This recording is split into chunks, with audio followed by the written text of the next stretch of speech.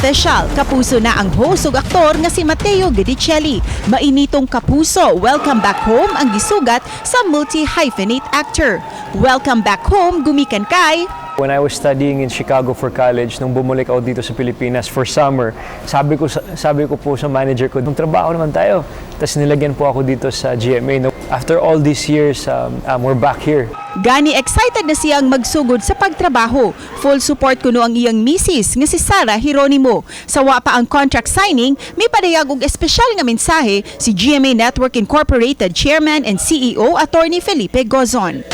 Present sa contract signing ang GMA executives o uban pang mga opisyal sa Kapuso Network. We look forward to seeing him in our programs in sports, and we look forward to bringing him in different regions across the Philippines. Marami na nag-aabang.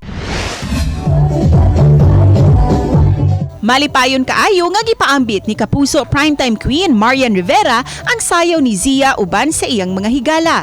Makita usab nga game kaayo si Zia sa iyang The Rainbow Girls Dance.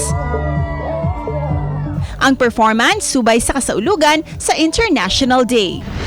Samtang good vibes kaayo alang sa cast kaniadto sa mga lihim ni Urduha nga si Rochelle Pangilinan ang pa-acting sa iyang anak nga si Shiloh. Cute kaayong tan-aon ang iyang baby girl nga game usab kaayo nga nag-acting-acting. Daw makita na ang potensyal ni Shiloh sa pagka-artista.